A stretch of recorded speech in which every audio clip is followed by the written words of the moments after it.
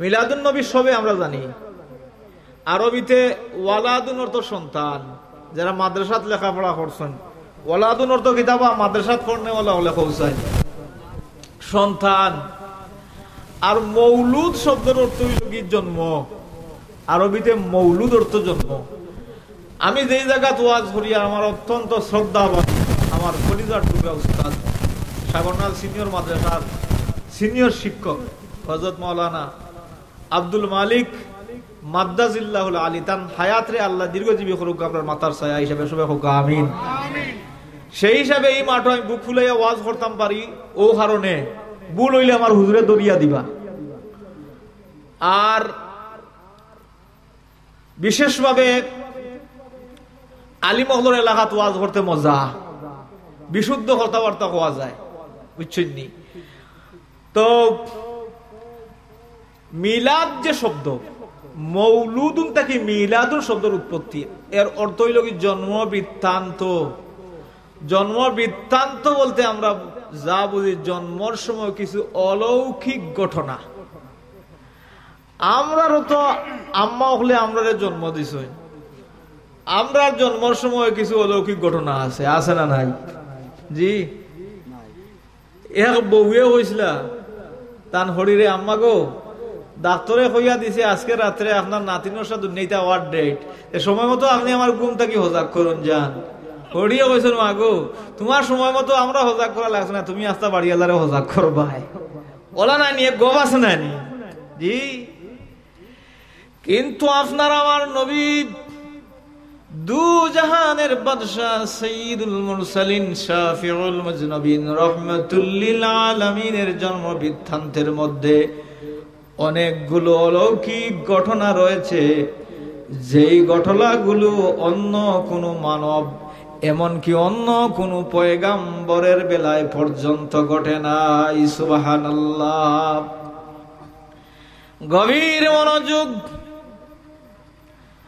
নবীজির চাচা আবু তালিব, আমরা সবাই শুনেছি আল্লাহর হাবিব সাল্লাল্লাহু আলাইহি সাল্লাম জন্মগ্রহণ করার আগে আগেই ওনার পিতা হযরতে আব্দুল্লাহ রাদিয়াল্লাহু তাআলা ইন্তেকাল করেন। নবীজির জন্মের 6 বছর পর নবীজির আম্মা জান হযরতে আমিনা রাদিয়াল্লাহু তাআলা আনহা ইন্তেকাল করেন। আমার নবীজির আব্বাও নাই, আম্মাও নাই, এতিম শিশু মুহাম্মদুর রাসূলুল্লাহ সাল্লাল্লাহু আলাইহি সাল্লামের লালন পালনের দায়িত্ব কিছুটা দিন গ্রহণ করেছিলেন দাদা খাজা আব্দুল মুত্তালিব। উনি যখন ইন্তেকাল করলেন, মুহাম্মদুর রাসূলুল্লাহ সাল্লাল্লাহু আলাইহি সাল্লামের গার্জিয়ান হিসেবে, অভিভাবক হিসেবে আপনজনের মধ্যে আর কেউ ছিলেন না, একজন ছিলেন, তিনি হলেন হযরতে নবীজির চাচা আবু তালিব। তাই কিন্তু মুসলমান হইছেন না।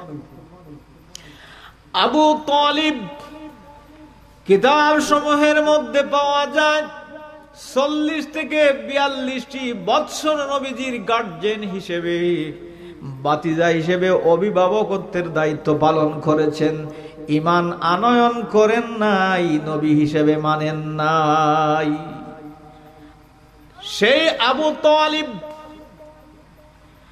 আল্লাহর নবী রাহমাতুল লিল আলামিনকে বলেন, বাতিজা মুহাম্মদ, যদিও আমি তোমার ধর্মের উপর ঈমান আনয়ন করি নাই, যদিও আমি মুসলমান হই নাই, রে বাতিজা মুহাম্মদ, তোমার মর্যাদা যে আকাশচুম্বী, তুমি যে মহান মর্যাদার অধিকারী, তোমার যে মহত্ব অনেক, তোমার গুণাগুণ অনেক, তুমি যে সৃষ্টির মধ্যে একজন শ্রেষ্ঠ মহামানব, এই বিষয় সম্পর্কে আমি অনেক কিছু জানি রে মুহাম্মদ। আমার নবী বললেন, চাচা যান, আপনি আমার সম্পর্কে অনেক কিছু জানেন, কোথা থেকে জানলেন? চাচা যান, আপনি তো আমার উপর ঈমান আনয়ন করেন নাই, আপনি আমার সম্পর্কে কোথা থেকে এত কিছু জানেন? আবু তালিব বলেন, বাতিজা মুহাম্মদ, কিছু তোমার মায়ের কাছ থেকে শুনেছি। আমার নবীজির আম্মাজান আবু তালিব এর সম্পর্কে কিতা হইন? বাবি। জানেন না নি আপনারা? বাবি। কিছুটা জেনেছি তোমার আম্মাজানের কাছ থেকে, আম্মা আমেনার কাছ থেকে, আর তোমার অনেক কিছু আমি আবু তালিব নিজের চর্মচক্ষে দেখেছি। সুবহানাল্লাহ। আমার নবীজি জানতে চান, চাচা কি আমার মার কাছ থেকে শুনেছেন একটু বলবেন কি? আবু তালিব বলেন, বাতিজা মুহাম্মদ, তোমার আম্মা আমেনা আমার কাছে বর্ণনা করেছেন, আমার সন্তান যখন আমার গর্ভের মধ্যে অবস্থান করেন, আল্লাহ রব্বুল আলামিন আমার শরীরের মধ্যে এমন সুগন্ধি দান করেন, যেই সুগন্ধি আমি জীবনে কোনদিন ঘ্রাণ হিসেবে অনুভব করি নাই। অনেক মহিলারা খাজা আব্দুল মুত্তালিব নবীজির দাদার কাছে গিয়ে নালিশ করল, ও আব্দুল মুত্তালিব, আপনার মরহুম ছেলে আব্দুল্লাহর স্ত্রী আমিনার ঘরে কোনো সন্তান আসবে, কিন্তু যখন পুরুষ মারা যায়, সেই যুগেও কিছু হানিফ সম্প্রদায়ের মানুষ ছিলেন, আমার নবীজির আব্বাজান, ওনার সম্পর্কে প্রশ্ন আনা হয়, উনি জান্নাতি না জাহান্নামী? আপনারা বলেন তো আব্দুল্লাহ শব্দের অর্থ কি? আল্লাহর বান্দা। এই নামটা প্রমাণ করে আপনার আমার নবী রহমতুল লিল আলামিনের আব্বাজান শিরিক মূর্তি পূজার সাথে জড়িত ছিলেন না। সুবহানাল্লাহ। না আব্দুল্লাহ নামটা নবীজি রাখছেন? জি না, তার আব্বাই রাখছেন, খাজা আব্দুল মুত্তালিবের রাখছেন। নবীজির আম্মা জানের নাম আমিনা, এখনো আমরা আমিনা রাখতে পারি, নবীজির মায়ের নাম তো নবীজি রাখেন নাই। নামগুলা প্রমাণ করে আমার আল্লাহর নবীজির আব্বা আম্মা জান্নাতি। সুবহানাল্লাহ। খাজা আব্দুল মুত্তালিবের কাছে মহিলারা গিয়ে বলে, ওগো আব্দুল মুত্তালিব, তোমার পুত্রবধূ এমন সুগন্ধি সুঘ্রাণ আতর শরীরের মধ্যে ব্যবহার করে, উনি ওইগুলা কোথায় পায়? আব্দুল্লাহ তো ইন্তেকাল করেছেন। এটা সন্দেহ আইব জানি, জামাই মরার পরে বউদি বালা গ্রান ওয়ালা কোনটা মাখে আর সুন্দর কাপড় পরিধান করে, জনমনে একটা সন্দেহ সৃষ্টি হওয়ার সম্ভাবনা আছে না নাই? বর্তমান সমাজও আছে। যখন কিছু মহিলারা আব্দুল মুত্তালিবের কাছে গিয়ে নালিশ করলেন, খাজা আব্দুল মুত্তালিব সরাসরি পুত্রবধূর কাছে এসে বলেন, রে আমেনা, কিছুদিন হলো আমার পুত্র আব্দুল্লাহ ইন্তেকাল করেছেন। বৌমা গো, তুমি এত সুঘ্রাণ যুক্ত, আমিও তো অনুভব করতেছি তোমার শরীরের মধ্যে খুবই সুগন্ধ। মাগো, তুমি সুগন্ধ কোথায় পেলে? কে তোমাকে সুগন্ধ এনে দে?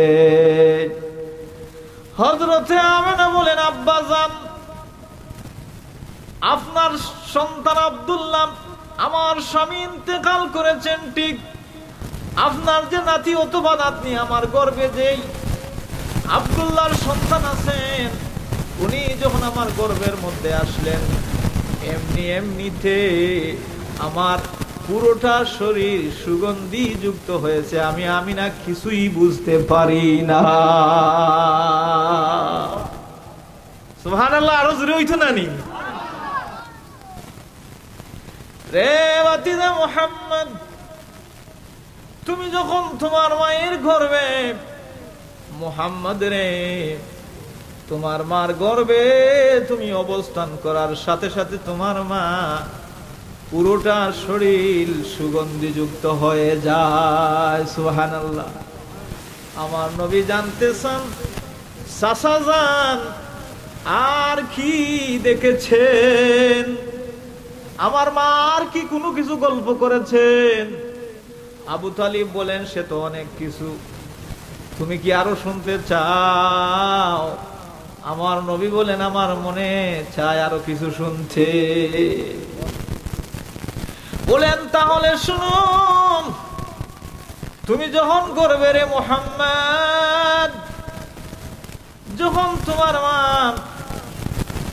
পানি সংগ্রহ করার জন্য কোন কুয়ার নিকট যান, বালতি দিয়ে কূপ থেকে পানি সংগ্রহ করতে চান, কিন্তু না, পানির স্তর নিচে থাকে। তোমার মা যখন বালতি কূপের মধ্যে রাখেন, পানির স্তর উপরে চলে আসে, বালতির প্রয়োজন হয় না, এমনি এমনি কলসটা ভরে করে পানি নিয়ে আসেন। সুবহানাল্লাহ। চাচা যান, আর কি গল্প শুনেছেন আমার মায়ের কাছ থেকে? তুমি কি আরো শুনতে চাও? তাহলে শুনো, তোমার মা আমেনা বর্ণনা করেছেন, তোমার মা যখন ঘর থেকে রৌদ্রের মধ্যে বাহির হন, তোমার মার সম্মানার্থে আকাশের মেঘমালা ছাতির মতো ছায়া ধরত তোমার মায়ের মাথার উপরে। সুবহানাল্লাহ। আমার নবী জানতে চান, চাচা জান আর কি গল্প করেছেন আমার মা আপনার সাথে? আবু তালিব বলেন, বাতিজা মুহাম্মদ, তোমার মা যখন রাস্তা দিয়ে হাঁটত, রাস্তার গাছপালা তরুলতাগুলি নতজানু হয়ে তোমার মাকে সালাম দিত। সুবহানাল্লাহ। এগুলা তাফসিরের আলোচনা, বহু হাদিসের আলোচনা, কিচ্ছা কাহিনী নয়। আপনি নবীজির সিরতের কিতাব পড়বেন, নবীজির জীবনী গ্রন্থ পড়বেন, তাহলে পাবেন। আমার নবীজি বলেন, চাচা যান আর কি শুনেছেন আমার মার কাছ থেকে? আবু তালিব বলেন, বাতিজা মুহাম্মদ, তুমি যখন গর্ভের মধ্যে অবস্থান করতেছো, তোমার মা বলেছে, আমি ওই পারস্যের উঁচু উঁচু প্রাসাদ গুলি আমার চোখের সামনে দেখতে পাই। সুবহানাল্লাহ। আল্লাহ রব্বুল আলামিন আমার চোখের দৃষ্টি এত গুণ বাড়িয়ে দিয়েছিলেন। সুবহানাল্লাহ। আমার নবী নিজের জন্ম বৃত্তান্তের কথা চাচার মুখ থেকে শুনেন, আরো শুনেন, আরো শুনতে চান, বারবার শুনতে চান, আমার নবীর ভালো লাগে। এবার বলেন, চাচা যান আর কি শুনেছেন?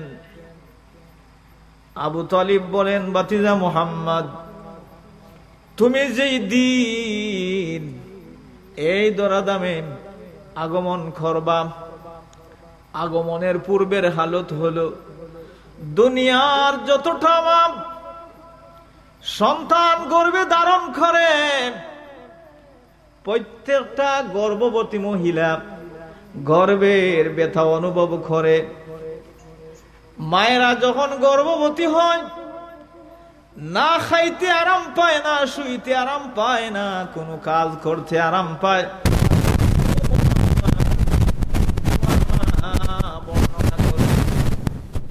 তোমার মা বলেছে, তুমি 10 মাস 10টি দিন তোমার মার গর্ভের মধ্যে অবস্থান করেছিলে রে মুহাম্মদ, কিন্তু একটি দিন তোমার মা গর্ভের ধারণের যন্ত্রণা অনুভব করেন নাই। সুবহানাল্লাহ।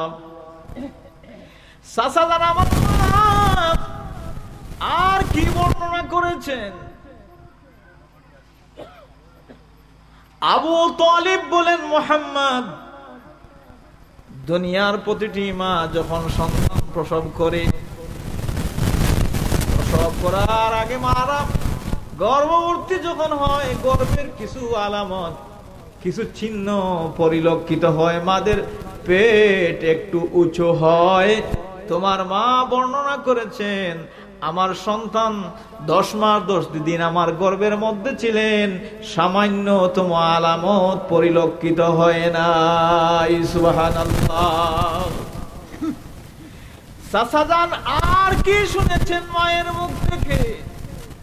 আমার নবী বলেন, আমার নবীকে আবু তালিব বলেন, বাতিজা, প্রত্যেকটা মা যখন সন্তান প্রসব করেন, প্রসবের যন্ত্রণা তো আছেই, প্রসব বেদনা সহ্য করতে না পেরে কত মা দুনিয়া থেকে চিরবিদায় নে, তার কি হিসাব কেউ কোনোদিন রাখে?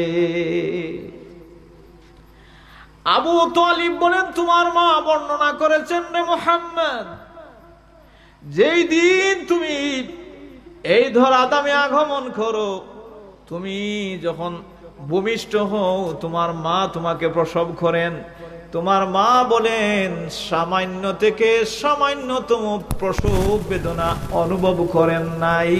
প্রত্যেকটা মা সন্তান ভূমিষ্ঠ করার সময়, প্রসবের সময় রক্তাক্ত হয়, অজ্ঞান হয়ে যায়, এমনকি 40 দিন পর্যন্ত মাদের ঊর্ধ্ব মেয়াদে নেফাস যায়।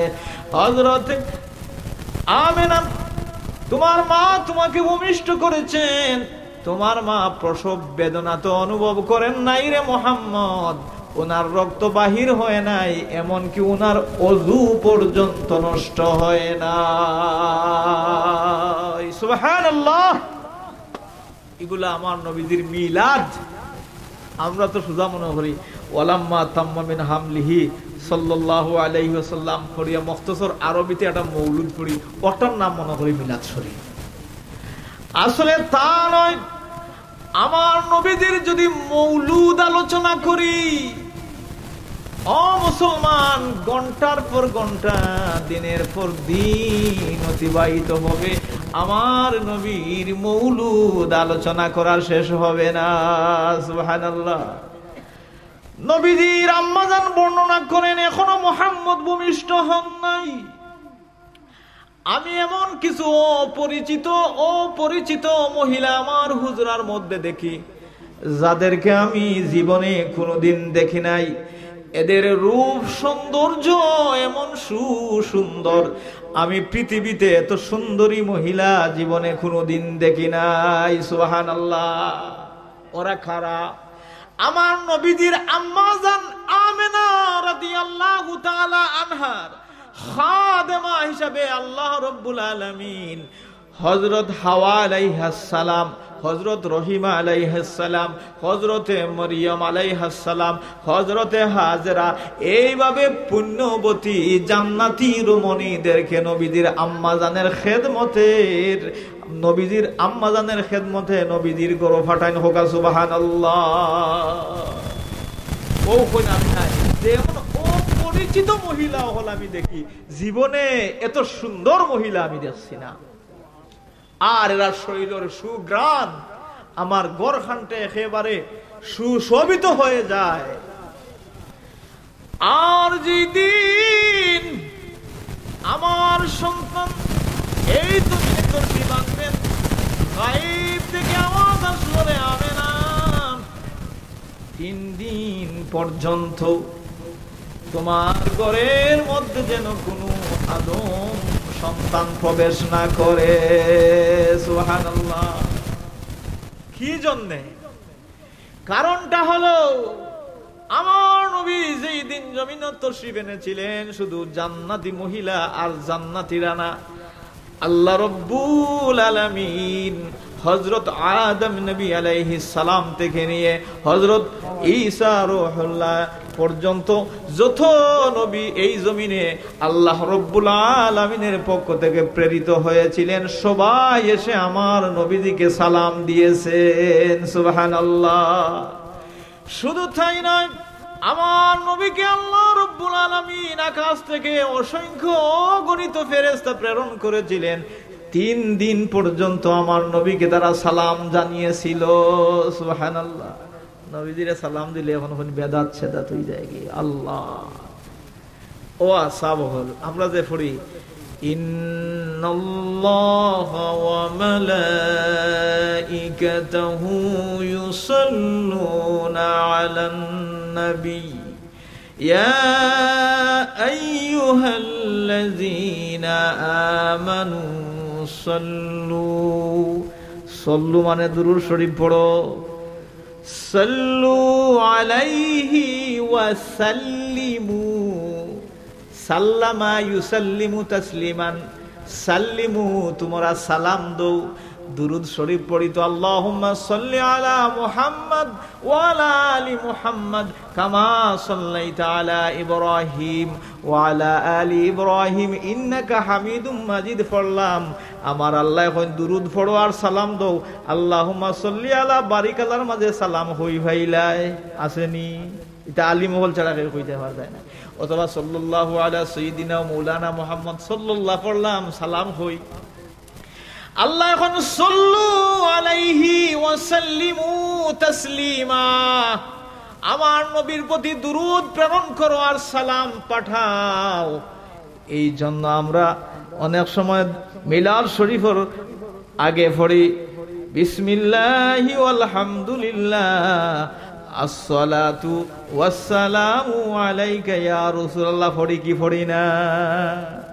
ও আসসালাতু সালাম ওয়াসসালামু আলাইকা ইয়া রাসূলুল্লাহ, নবীজিরে সালাত ও সালাম আমরা জানাই, আল্লাহর নবীরে সালাম দিও। ও মুসলমান, আপনি যদি দুনিয়ার জমিনও বেশি বেশি ইবাদত করো আল্লাহ রাব্বুল আলামিন খুশি হইবা, আর আমার নবীরে সালাম যদি দাও মদিনার রওজাতর থেকে আপনার সালামের জবাব দিবা। হোক সুবহানাল্লাহ। নবী আপনার সালামের জবাব দিলে আপনার দুনিয়া এবং আখিরাত আমার আল্লাহ রব্বুল আলামিনে উজালা করে দিলাইবা। সুবহানাল্লাহ। আমার ওয়াজ আপনার আর কষ্টর নেই। এবার আমার নবী জমিনও তশরিফ আনিলেন, হযরতে আমেনায় বর্ণনা করেন সাধারণত যেই ঘরে সন্তান সন্ততি ভূমিষ্ঠ হয় ই গরি কান্দে আমরার গাউয়া ভাষায় কই আউজি বাড়ি, ঠিক কিনা? আমার কথা বুঝরানি আপনারা? আউজি বাড়ি, আউজি বাড়ি। গরি কানো সুগন্ধ থাকে না দুর্গন্ধ থাকে? ই গরি কানো কেউ দুনা জ্বালাইন, কেউ স্প্রে মারইন, ওলা নাইনি।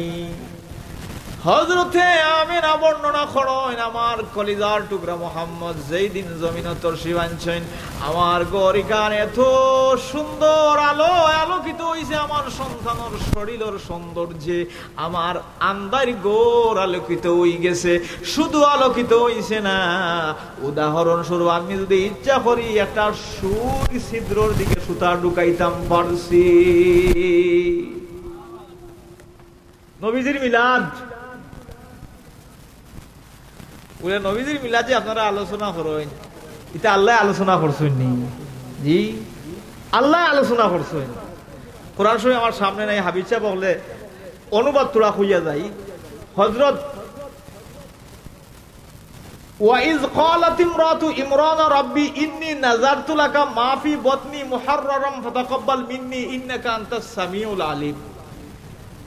ইগানো আল্লাহ হইরা হযরত ইমরান আলাইহিস সালামের স্ত্রী তাই আল্লাহর কাছে কইলা, আল্লাহ আমারে যদি একটা সন্তান দান করো তাহলে আমার এই সন্তানটা আপনার ঘরের খাদিম হিসাবে আমি দান করিলিম। আমরা অনেক সময় মান্নত করি না নি, আল্লাহ আমার উর্দা দিত এগুলো মাদ্রাসা পড়াইব, মান্নত করি না নি। তানরে আল্লাহ রব্বুল আলামিনের সন্তান গর্ভ দান করলাম, আর সন্তান যখন ভূমিষ্ঠ হন তখন আল্লাহ রব্বুল আলামিন দেখেন, আল্লাহ আমারে যে সন্তান দেখছো দিছো এই সন্তানটা তো দেখি মরিয়মি গু কন্যা সন্তান। আমার আল্লাহ রব্বুল আলামিনে কন্যা সন্তান যদিও, কিন্তু এগু সব বেটাইন তোল্লা খান নাই। ও সাম্মাই তুহা মরিয়ম, তাই মরিয়ম নাম রাখছেন। এখন এন্ডে দিছেন এখানেও তার জন্ম বৃত্তান্ত আইছে। এরপরে আল্লাহ রব্বুল আলামিনে ঈসা আলাইহিস সালাম যে মরিয়ম আলাইহাস সালামের ঘর থেকে জমিনও পাঠাইছেন একজন নবী, ঈসা আলাইহিস সালামের জন্ম বৃত্তান্ত আলোচনা করছেন। জন্ম বৃত্তান্ত এমন ভাবে আলোচনা হইছে, জন্ম বৃত্তান্ত হযরত মরিয়ম আলাইহাস সালাম এখন, আল্লাহ আমারে যে তুমি ফুয়া দিরায় বা সন্তান দিরায়, ওলাম ইয়ামসাসনি বাশার, আমারে তো কোনো বেটাইনতে স্পর্শ করছেন না, কিভাবে আমার পুত্র সন্তান হইব? আমার আল্লাহ এখন কুন ফায়াকুন, তুমি আমার আল্লাহর পক্ষ থেকে যদি খোয়া হও তাহলে হয়ে যায়। মানে ঈসা আলাইহিস সালামের জন্ম বৃত্তান্ত এখানে আল্লাহ আলোচনা করছেন, মরিয়ম আলাইহিস সালামের জন্ম বৃত্তান্ত আলোচনা করছেন, আমার নবীরও জন্ম বৃত্তান্ত এখানে আলোচনা করা হয়েছে যে ঈসা আলাইহিস সালামের পরে একজন নবী আইবা মিন বাদি ইসমুহু আহমদ। হাবিব সাহেব না তারা কইতাম পারিয়ান না। আর আসলে অপ্রস্তুত হিসাবে আইসু ওয়াজও আইছি আর না আমার লিখিত নোট হল আনলাম মনে আপনার সামনে বয়ান করলাম মনে। যাই হোক, আমি সামনের দিকে অগ্রসর হই। আমার নবী রাহমাতুল্লিল আলামিন জমিনও যেই দিন তশরিফ আনেন, তশরিফ আনার পরে গরখানটা এত সুগন্ধি যুক্ত হয়, আমরা গরাইন্তন না, আমরা আছি আউজিগর, এখানে দুর্গন্ধ থাকে কিছু বালা পরিবেশ করার লাগে এখানে অনেক পরিবার দুনা জ্বালায় জানাই নানি, অনেক পরিবারও স্প্রে মারো ইত্যাদি ইত্যাদি, যাতে একটা স্বাস্থ্যসম্মত পরিবেশ সৃষ্টি হয়। আমি না বর্ণনা করুন, আমার ঘর এত সুগন্ধিযুক্ত হয়ে যায়, মনে হয় যেন একটা জান্নাতি পরিবেশ। সুবহানাল্লাহ।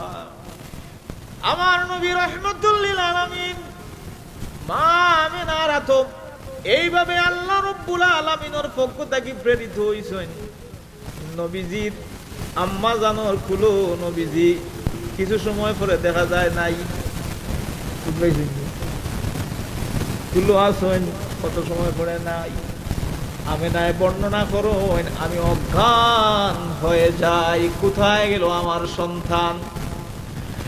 আবার কিছু সময়ের মধ্যে যেইভাবে মুহাম্মদ হাতে ছিলেন সেইভাবে আবার আল্লাহ রাব্বুল আলামিন হাতে ফেরত দিলেন। সুবহানাল্লাহ। এই মর্মে আমার নবীর একটা হাদিস আছে, বুইস্তু মালবুসান ওয়া মাখতুনান, আমি মুহাম্মদ সাল্লাল্লাহু আলাইহি সাল্লাম জমিনে প্রেরিত হয়েছি মালবুসান পোশাক পরিহিত অবস্থায়, ওয়া মাখতুনান খতনাকৃত অবস্থায়। আমার নবী যখন ভূমিষ্ঠ হইছেন, ভূমিষ্ঠ হওয়ার পরে আমার আল্লাহ রব্বুল আলামিন ফেরেশতাদের মাধ্যমে আসমানও তুলাইয়া নেন। আসমান থেকে কেন আল্লাহ রব্বুল আলামিন জান্নাতি পানি দ্বারা ফেরেশতাদের মাধ্যমে আমার নবীকে গোসল দেওয়াইন। এরপরে নবীজির মাথার চুল মুন্ডন করেন, নবীজিরে খতনা দেন, জান্নাতি কাপড় পরিধান করাইয়া আবার আমিনার আতব ফিরত দান করেন। হোক সুবহানাল্লাহ। এটা কেরেশমা কুনাগার কোন বেটির ফুয়াইন্তর বেলায় হইছিল নি? ওইলে তো আলোচনা করলাম মনে হইতো আমরা নবী আমরা লাগান হইন নানি নবী আমাদের মতো মানুষ নবী অস্বীকার করার কোনো সুযোগ নাই। কারণ আল্লাহ রাব্বুল আলামিনে সৃষ্টি জগতের যত সৃষ্টি দিছেন, যত সৃষ্টি করছেন, আপনারা কইন আর কি, আমার জানা মতো কোনো কিতাবও আমি পাইছি না যে 18,000 মখলুকাত, 18,000 মখলুকাত, কত হাজার মাছও আছেন পানির তলে, আর কত হাজার ফাঁকি আছেন, আর কত হাজার পশু আছেন। ডিসকভারি চ্যানেলও চাইলে মাঝে মাঝে দেখা যায়, জীবনে দেখছি না ওটা দেখা যায়। আল্লাহর অসংখ্য সৃষ্টির মধ্যে আল্লাহ রাব্বুল আলামিন এক সৃষ্টির ব্যাপারে কইছেন আশরাফুল মাখলুকাত, আর এই সৃষ্টির নাম হইল কি মানুষ। সুবহানাল্লাহ। এই জন্য আপনার আমার নবী মুহাম্মদুর রাসূলুল্লাহ সাল্লাল্লাহু আলাইহি সাল্লাম হলেন মানুষ মুহাম্মদ সাল্লাল্লাহু আলাইহি সাল্লাম এই বক্তব্যে কাহারও দ্বিমত নেই। কিন্তু যদি কোনো ভাই, কোনো বন্ধু, কোনো আলিম যদি বলেন নবীজি আমাদের মতো সাধারণ মানুষ, তাহলে চরম বিয়াদবি হবে, ঠিক কিনা? আমাদের মতো শব্দটা বহু বচন, হয়তো বহু বচনের শব্দ ব্যবহার করতে পারো নবীজির বেলায়, আমাদের মতো এক বচন ব্যবহার করো নবী আমার মতো হইতে পারবাইনি। এইলা কোনো মায়ের ভূত আসেননি কেউ। আমাদের মতো এখানে সোজা ব্যবহার করিলে বহু বচন, এক বচন ব্যবহার করো না। দেখো না কিল খোটা মাটিত পড়ে। হ্যাঁ, সুতরাং নবী মুহাম্মদুর রাসূলুল্লাহ সাল্লাল্লাহু আলাইহি সাল্লামের শান মান মর্যাদা আকাশ চুম্বি। আমার নবীদের লজ্জাস্থান দুনিয়ার কোনো মানুষে দেখার সুযোগ নাই। এই জন্য আমার আল্লাহ রব্বুল আলামিনে আমার নবী ফরমায়, আমার আল্লাহ রব্বুল আলামিনে আমারে প্রেরণ করছেন মালবুসান ওয়া মাখতুনান, আমারে কাপড় পরিহিত অবস্থায় আর খতনাকৃত অবস্থায় আমারে খতনা দিয়া কাপড় ফিন্দাইয়া আমার আল্লাহ রব্বুল আলামিনে দুনিয়ায় পাঠাইছেন। সুবহানাল্লাহ। আমার নবীদের বয়স যখন 5-6 বছর, কাবা শরীফের কিনারো মক্কার ছেলেরা, দুষ্ট ছেলেরা ল্যাম্পটা ইয়া খেলাধুলা করতেছে। এটা আমরা ফুয়াই না আসুন না, ল্যাম্পটা বইরা গিয়ে করে খেলাই মাঝে মাঝে আমরা খেলাইছি না মনে হয় না নি, ল্যাম্পটা বইরা গিয়ে খেলাইছে না নি, আমরাও খেলাইছি। আবু তালিবে কয় ও ভাতিজা মুহাম্মদ, তোমার সমবয়সী প্রত্যেকটা ছেলে ল্যাম্পটা হইয়া খেলাইরা, তুমি ল্যাম্পটা হইলে অসুবিধা কিতা? ও কথা গান হইয়া আমার নবীদের লঙ্গির টান মারছেন আবু তালিবে। আমার নবী জমিন অজ্ঞান হইয়া পড়ে গেছেন। হোকা সুবহানাল্লাহ। মানে নবীদের লজ্জাস্থান দুনিয়ার কোনো মানুষে দেখার সুযোগ নাই, এটা নবীজির মর্যাদা। আর আমরা ছোটকালো ল্যাম্পটা না হইলে মজাও পাইছি না, মায় ফ্যান ফিন্দে এদিন ঠান মারি খুলিয়া ফেলাইছি। জি ওলা নানি খারবা। হ্যাঁ, আমার নবীর সম্মান মর্যাদা এত বেশি। নবীজি মুহাম্মদুর রাসূলুল্লাহ সাল্লাল্লাহু আলাইহি সাল্লাম ওর আম্মা জানে ইরশাদ ফরমাইন, বর্ণনা করেন, আমি দেখি আমার সন্তানটা যখন কুল থেকে মাটিতে রাখতাম, চাই মাটিতে রাখার লগে লগে আমি দেখি আমার ছোট শিশু, আমার সন্তানটা যেইভাবে আমরা নামাজও বই তাশাহুদের হালত, ওইভাবে আমার সন্তানটা দুইটা ফাও বিছাইয়া তাশাহুদের হালতে মাটিতে বই। হোকা সুবহানাল্লাহ। আর প্রায় সময় দেখা যায় সিজদার হালত। আমি আমার খান নিয়া আমার মুহাম্মদের মুখের মধ্যে লাগাই, আমার মুহাম্মদের তসবির মতো জপতে থাকেন। আমি ধারণা করি শুনি কি জপেন, আমার খান লাগাই তার মুখের মাঝে আওয়াজ আয়, ইয়া রব্বি হাবলি উম্মতি, ইয়া রব্বি হাবলি উম্মতি। আমি না এখন আমি এরপর থেকে বুঝতাম পারছি আমার শিশু মুহাম্মদ কিন্তু সাধারণ শিশু নাই, আমার শিশু মুহাম্মদ যেন একজন মহামানব হইবা, একজন নবী হইবা, এতে আমার কোনো সন্দেহ রইল না। সুবহানাল্লাহ। সুতরাং মুহাম্মদুর রাসূলুল্লাহ সাল্লাল্লাহু আলাইহি সাল্লামের জন্ম বৃত্তান্ত আলোচনা করলে খুন লাভ হইব, জানার দরকার আছে না নাই?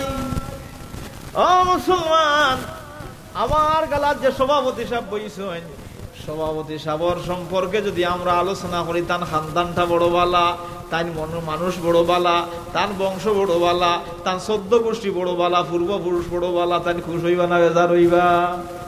উদাহরণস্বরূপ কুনাগার ইমাম সাহেব, নয়া ইমাম সাহেব নেই, কুনাগার ইমাম সাহেবের ব্যাপারে যদি তার মুসল্লি আল্লাহর সামনে আলোচনা করা হয়, কুনাগার ইমাম সাহেব বড় ভালো মানুষ, যাতে সৈয়দ গোষ্ঠীর মানুষ, তার পূর্বপুরুষ আল্লাহর ওলি আল্লাহ আসলা, বড় ভালো মানুষ আসলা, তার খুশ হইবা না বেজার হইবা? খুশ হইবা। শুধু খুশ হইতা নাই, তার পিছনে একদেদা করতে মুসল্লি আল্লাহর মন ভরি যাইব, বড় বড় আল্লাহর ওলি। ঠিক কিনা?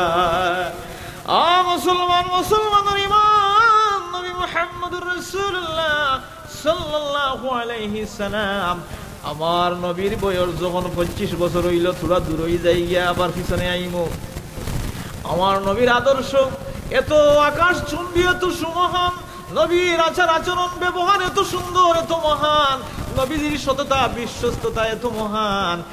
খাদিজা রাদিয়াল্লাহু তাআলা আনহায় দেখিয়া আমার নবীর এই আদর্শের প্রতি তাই আকৃষ্ট হয়ে যায় কি? হোক সুবহানাল্লাহ। খাদিজাকে চিননি? নবীজির পয়লা গুরু ওয়াইফ নাই হযরত খাদিজা রাদিয়াল্লাহু তাআলা আনহার আগে তিনজন স্বামী ইন্তেকাল করছেন। তিনজন স্বামী ইন্তেকাল করার পরে হযরতে খাদিজা মনে মনে ওয়াদাবদ্ধ পরিকল্পনা করেন, নিজে নিজের মনে মাঝে সিদ্ধান্ত নেন, আমি আর বিবাহ শাদী করতাম না, চতুর্থ স্বামী গ্রহণ করতাম না। কিন্তু বিশাল সম্পত্তির মালিক খাদিজার স্ত্রী মানাইতে সবাই তো চায়, কিন্তু তার ব্যক্তিগত সিদ্ধান্ত হইল আর বিবাহ শাদী করতাম না। কিন্তু নবী মুহাম্মদুর রাসূলুল্লাহ সাল্লাল্লাহু আলাইহি সাল্লাম নবীজির ব্যবসা বাণিজ্যের ম্যানেজার হিসাবে আমার নবী ছিলেন খাদিজার ম্যানেজার। আমার নবীর এত সুন্দর সততা, এত সুন্দর বিশ্বস্ত দেখে নিজে তাকে বিবাহর প্রস্তাব দেন মুহাম্মদ সাল্লাল্লাহু আলাইহি সাল্লাম। তোমার মধ্যে যে এমন সুন্দর আচরণ দেখি, তোমার যে সত্যবাদিতা দেখি, তোমার যে আচরণ দেখি মুহাম্মদ, আমি আমার নিজের পক্ষ থেকে তোমাকে স্বামী বানানোর জন্য প্রস্তাব দিলাম গো মুহাম্মদ, তুমি কি আমার প্রস্তাবে রাজি আছো? সুবহানাল্লাহ। আমার নবী এখন খাদিজারে আমার আব্বা নাই, আম্মা নাই, দাদাও নাই, আমার গার্জেন যারা আছে সব বিদায় নিছেন। গিয়ের পরে ওই একজন গার্জেন আছেন, তাই নই লাগি আমার চাচা আবু তালিব। ও যে আবু তালিবের কথা বলছিলাম না, ঈমান আনছেন না ঠিক, কিন্তু নবী হিসাবে নাই, বাতিজা হিসাবে মুহাম্মদুর রাসূলুল্লাহর জীবদ্দশায় বহু সহযোগিতা করছেন, বহুত হেল্প করছেন। সুবহানাল্লাহ। খাদিজার এখন খাদিজারে আমি আমার চাচা আবু তালিবর লগে একটু পরামর্শ করতে হইব, কারণ আমার গার্জেন তাই আমার নবী যাই চাচা আবু তালিবর লগে সাক্ষাৎ করেন। গিয়া হন চাচা, আপনি জানেন আরবের সবচেয়ে ডনাইন্ড মহিলা হযরতে খাদিজা একজন সম্ভ্রান্ত পরিবারের মহিলা, তাই তান পক্ষ থেকে আমারে বিবাহ করার প্রস্তাব দিছেন গো চাচা, আপনি যদি রাজি হন, গার্জেন হন, তাহলে আমি খাদিজার প্রস্তাবে রাজি হই যাইতাম। সুবহানাল্লাহ। আবু তালিব এখন রে বাতিজা মুহাম্মদ, তোমারে আল্লাহ রব্বুল আলামিনে যে আকল দিছেন, ব্রেইন দিছেন, তোমার মধ্যে যে আল্লাহ রব্বুল আলামিনে গুণ দিছেন, বিবেক দিছেন, যদি তুমি বাতিজা রাজি হও আমার কোনো আপত্তি নাই। সুবহানাল্লাহ। কারণ তোমার বাদ বালা তুমি আমার চাইতে বালা বুঝো, তুমি রাজি হইলে আমি চাচা রাজি, বলে চাচা রাজি হইলে হইতো না, আপনি আমার লগে চলো, আপনি আমার গার্জেন। সুবহানাল্লাহ। আপনার হুয়াইনতে এখন বাপরেও জিকাই না, ইলা আসুন না নাই, কুনাগাঁও হুল্লাত নাই, অন্য জায়গাতে আসেন না নি, জি নিজে নিজে প্রেম করছে, নিজে নিজে সম্পর্ক করছে, বুঝছেন নি? পয়লা ফেসবুকও পরিচয়, বাদে মোবাইল, বাদে মেসেঞ্জার, বাদে ইউটিউবে এবারে খেসাখেসি চলে, বাদে বিয়া শাদী হয়ে যায়। ওই কি হয় না, বাড়ির বিয়া না করলে বাদে অনশন দেখা যায়, বেটিকু খালা পয়লা দেখা গেল খুব বালা, মাতে বুঝা গেল তো খুব মজাদার মিষ্টি মুখের কথা, এখন বাদে দেখার পরে দেখা এইগু তো খালা গোরথলার খালি, এখন দেখিয়ে তো রাজি নয়, এখন বেটিয়ে বাড়িতে গিয়ে অনশন শুরু করছে, বিয়া করতে হইব নাইলে বাড়ি ছাড়তে হইব। ইলা ঘটনা ঘটে কি ঘটে না? কিন্তু আপনার আমার নবী মুহাম্মদুর রাসূলুল্লাহ সাল্লাল্লাহু আলাইহি সাল্লাম মহান আদর্শের নবী, আমার নবী যে গার্জেন হিসাবে অভিভাবক হিসাবে চাচারে বাড়িতে লইয়া গেছেন। খাদিজার বাড়ি যাওয়ার পরে কইন, খাদিজা গো আমার চাচা আমার গার্জেন, আমার চাচা রাজি আছে। এখন যখন জানাজানি হয়ে গেল, কি কাফির মুশরিকেরা জানতে পারলো যে খাদিজায় মুহাম্মদুর রাসূলুল্লাহরে বিয়া করার, তখন রাসূলুল্লাহ হইছেন না, তখন মুহাম্মদ ওয়াস না, নবুয়ত 40 বছর বয়সের সময় নেয়নি। বিভিন্ন মহল থেকে নিন্দা আসতেছে, কাফের মুশরিকেরা তুচ্ছ তাচ্ছিল্য করতেছে খাদিজাকে, খাদিজার নাকি মাথা দুইশে ধরছে, বুতে লাগাল পাইছে, যার টাকা নাই পয়সা নাই, বাড়ির একজন কর্মচারীরে স্বামী হিসাবে কবুল করছে, ওখানে আউযুবিল্লাহ। খাদিজার মনের মধ্যে আঘাত আইল, দেখলাইনি এমন একজন মহান চরিত্রের মানুষ, এত সুন্দর মানুষ, আর খাদিজা তার বংশ সম্পর্কে তো বলা করি জানেন না নি, যখন কাফের মুশরিকেরা আমার নবীর তুচ্ছ তাচ্ছিল্য করলো, খাদিজার মনের মধ্যে কষ্ট আইল, আহ্বান জানাইলা সব কাফের মুশরিক লিডার হলো রে, বলে তোমরা সব আওরে এদিন তোমরা সার দাওয়াত আমার বাসভবন। খাদিজার আহ্বানে সব এখানো আইলা, এখানো আওয়ার পরে তাই বক্তব্য দিলা, তোমরা নাকি বলতেছো আমার মুহাম্মদের টাকা নাই, পয়সা নাই, দন নাই, জন নাই, কিছুই নাই, এমন কিছুই নাই, মুহাম্মদরে আমি পছন্দ করছি, তোমরা কইরা, তাহলে তোমরা একটু প্রশ্ন হলো, তোমরা উত্তর দিও। আমার প্রথম প্রশ্ন হলো, বলুন রে মক্কার লিডারেরা, তোমরা বলো আমার স্বামী আমার মুহাম্মদের বংশটা কেমন, ভালো না মন্দ? সবাই সমস্যার জবাব দিল, খাদিজারে মুহাম্মদের বংশের চাইতে উত্তম কোন বংশ, উত্তম কোন গোষ্ঠী বর্তমান পৃথিবীতে নাই, কিয়ামত পর্যন্ত আসবে কিনা সন্দেহ। সুবহানাল্লাহ। তাহলে এই প্রশ্ন ফাঁস, বলে জানিয়ে রাখো আমার স্বামীর যে বংশ কুরাইশ বংশ, এত মর্যাদাবান বংশ, কারণ সেই সময় আমার নবীজির দাদা খাজা আব্দুল মুত্তালিব ছিলেন কাবা ঘরের খাদিম। আচ্ছা বর্তমানে কাবা ঘরের খাদিম কে কইতাই পারবায়নি, যুগ যুগ ধরে ধরিয়ে আইছে, যেন সৌদি আরবের রাষ্ট্রপ্রধান, সৌদি আরবের প্রেসিডেন্ট, তাইনু কাবা শরীফের খাদিম, তাইনু হেরেমাইন শরীফাইনুর খাদিম, মক্কা মদিনা শরীফের খাদিম। সুবহানাল্লাহ। এটা আমরা দেশের খাদিমুল্লাহ খান্দি জি, আমরা দেশের মসজিদের খাদিম হইলে হইব কিতা, এই খাদিম সাহেব কিতা ফেসা ভালো হইল, গু লাগি হইল কিতার লাগি, তার বাপর গু ভালো, তার মসজিদের খাদিম বলে জানি অবস্থা জি, তার মসজিদের খাদিম রে ভাই, তার বাপর গু ভালো, তার বাড়ির চাকরা সুইফার রাখছে, বেকুফর গোষ্ঠী। গত জুম্মাত আমার মসজিদে আমি আলোচনা করছি, মসজিদের ইমাম, মসজিদের মুয়াজ্জিন সাহেব, তোমার বাড়ির সুইফার নাই, তুমিও ওই মসজিদের খেদমত করিয়া তুমিও কিতা করো, তোমার জান্নাতের পথ পরিষ্কার করো।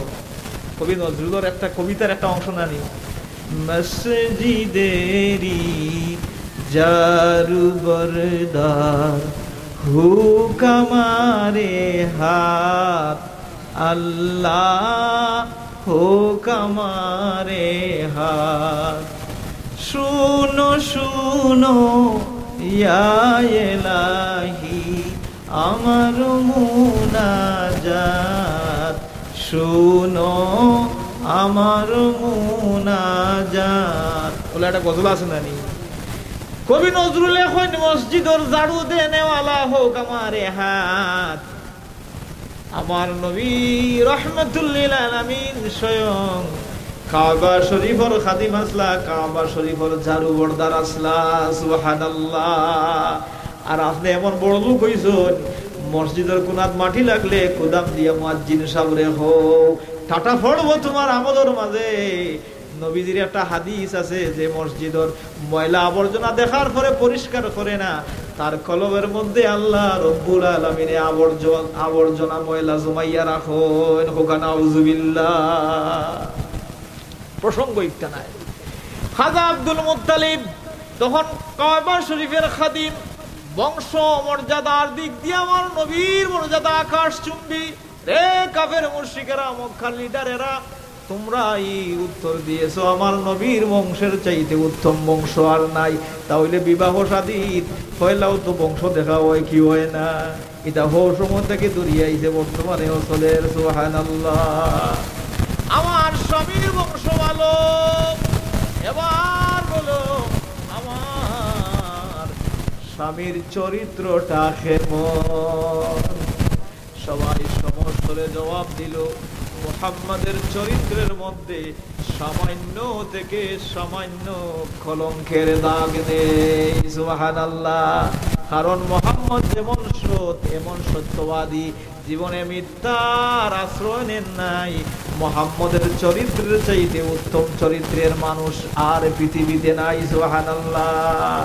লিডারেরা তোমরাই তো বলতেছো মুহাম্মদের চরিত্র ভালো, তাহলে বংশ ভালো, চরিত্র ভালো। বলছেন আমার স্বামী দেখতে সুন্দর না খালা? আমার নবী সুন্দর আছে না খালা? আছে না? আমার নবী দিয়ে এমন সুন্দর আসলাম, পৃথিবীতে আল্লাহ রাব্বুল আলামিনে যত মানুষ সৃষ্টি করছেন, মুহাম্মদুর রাসূলুল্লাহর চাইতে সুন্দর মানুষ আর কেউ নাই। সুবহানাল্লাহ। আমার নবী এখন আমার ভাই ইউসুফ, সে ছিল সাদা সুন্দর, আর আমি মুহাম্মদ হইলাম লাল সুন্দর। এখন আপনারা খুব কাছেন, মার্কেটও লাল সুন্দরের ডিমান্ড বেশ না সাদা সুন্দর। মাতকা লাল সুন্দর দুলাভাইয়া কইব, রে আলা তোর লাগি লাল খলখটা মরিচ রঙ্গা কন্যা পাইছি। কইব দুলাভাই কাম করছো, বাবর কাম করছো। লাল সুন্দর লাগি পৃথিবী পাগল। খাদিজা খন রে কাফের মুশরিকেরা, লিডারেরা, আমার নবীর বংশওয়ালা তোমরা হইছো, আমার নবীর চরিত্রওয়ালা তোমরা হইছো। আমার নবী দেখতে সুন্দর, আমরা তো বিয়া শাদীর সময় খানদান দেখি, চরিত্র দেখি, আর কিতা দেখি কন্যা কেনে এগু সৎ না অসৎ ওখান দেখি না নি, চরিত্র দেখি। সুতরাং এই তিন দিক দিয়া তোমরা কইছো আমার নবী সব চাইতে উত্তম। দেখা গেছে তোমরার কাছে একটা জিনিসের শর্ট, তোমরা কইরা আমার স্বামীর টাকা নাই, পয়সা নাই, ধন নাই, কুন্তা নাই, তোমরা সব সাক্ষী থাকো। আমি খাদিজার যত নগদ ব্যাংক ব্যালেন্স আছে, আমার যত টাকা আছে, পয়সা আছে, জায়গা আছে, সম্পত্তি আছে, সব আমার স্বামীর কদম আমি ওয়াকফ করিয়া দিলাম। এখন তোমরা কৌসাইন মক্কার সব চাইতে বড় ধনী কে? সুবহানাল্লাহ, সুবহানাল্লাহ। সবটির মুখ শুন খালি দিছেন খাদিজায় আর মুহাম্মদুর রাসূলুল্লাহ রে। আল্লাহ রাব্বুল আলামিনের এই পয়গাম্বর রে আসমানের এই যে আকাশচুম্বী মর্যাদা, সেই মর্যাদা তাই কিছু এড করলা হোক। সুবহানাল্লাহ। এর লাগি আমার নবীজি হযরতে খাদিজাতুল কুবরা রাদিয়াল্লাহু তাআলা আনহার ইন্তেকালের পরে আমার নবী মাঝে মাঝে কইতা আহ খাদিজা, আহ খাদিজা। খাদিজার কথা স্মরণ করতা, আক্কে করতার খান্দিতা। একদিন আয়েশা রাদিয়াল্লাহু তাআলা আনহা বলেন, ইয়া রাসূলুল্লাহি, 25 বছরের যুবক নবীজি 40 বছরের বুড়িরে বিয়া করছো গো নবীজি, আর তার লাগি বড় আক্ষেপ করেন নবীজি গো, আমরা কি আপনার খেদমত করি আর না? আমার নবী কইনা, আয়েশা রে এমন কথা কইস না রে আয়েশা, তোমরা হইলে আমার সুখের দিনের সাথী, আর আমার খাদিজা আমার দুঃখের দিনের সাথী। সুবহানাল্লাহ। আলোচনার বিষয় হলো আমার নবীর বংশমর্যাদা আলোচনা করি, আমার নবীদের শান মান ইজ্জত আলোচনা করি। আলোচনা করলে লাভ হইব কিটা? আলোচনা করলে লাভ হইব আমার নবীর প্রতি আপনার আমার উম্মতে মুহাম্মদীর অন্তরের ভালোবাসা বৃদ্ধি পাইব। সুবহানাল্লাহ।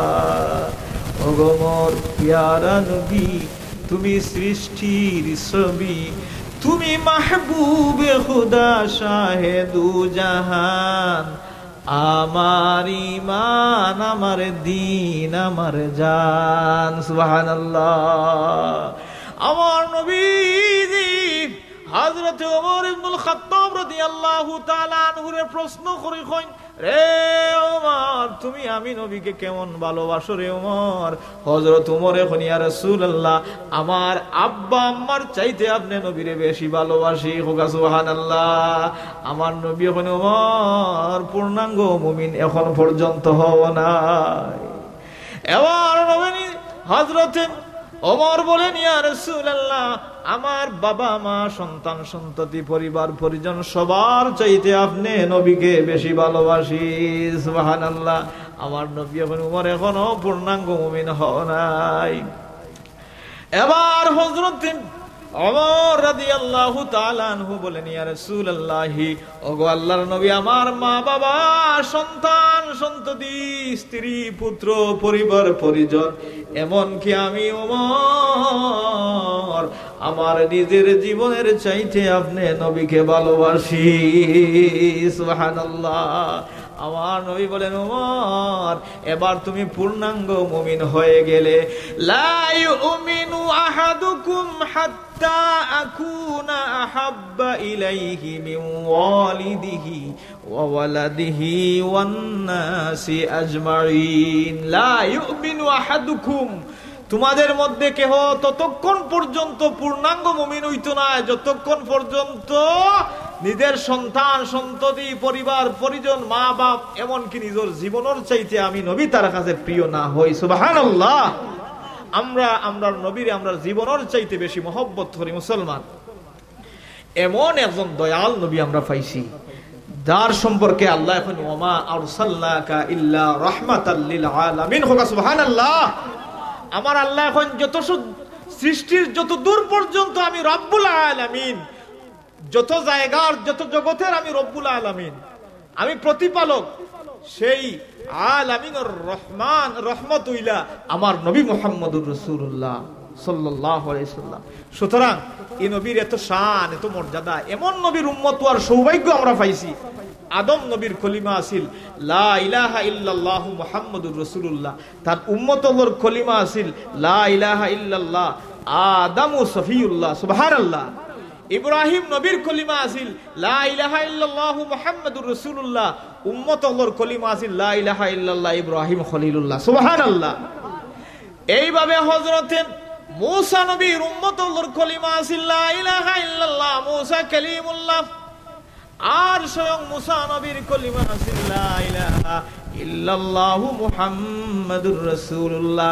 এই জন্য আপনার আমার নবীরে কোয়া হয় সকল নবীদের নবী। সুবহানাল্লাহ। সকল নবীদের নবী মুহাম্মাদুর রাসূলুল্লাহর উম্মত আমরারে আল্লাহ রাব্বুল আলামিন বানাইছেন। আমরা বড় সৌভাগ্যবান জাতি। সুতরাং ওয়াজের শেষ প্রান্তে আমি কইছি যে ঠিক 9টা শেষ করব, দোয়া সহ ঠিক 9টা শেষ করব। এর আগে আমার বেলাল হই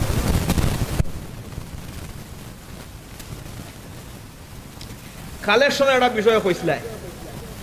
আব্দুল রহিম সরকার সাহেব কালেকশন করছইনি? হ্যাঁ করছইনি।